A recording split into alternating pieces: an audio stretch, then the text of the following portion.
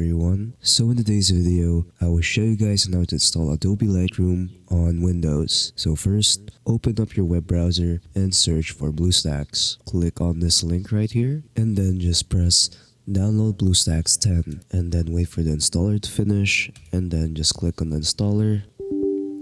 Click on yes, click on update, click on I agree, and then let it install. And then once you're done, BlueStacks will just open up, and then once it's open up, just click on OK on these. And then once you're done, what you want to do now is search for Lightroom. Click on that, and as you can see, you can now install Lightroom right here. So what you want to do is just click on install an app player and wait for that to finish, and then you are done. Then once you're done, you can now start using Lightroom. So yeah, that is pretty much it on how to install Adobe Lightroom on Windows. So yeah, hope you guys enjoyed the video. Don't forget to leave a like and subscribe for more tech tips. That is all.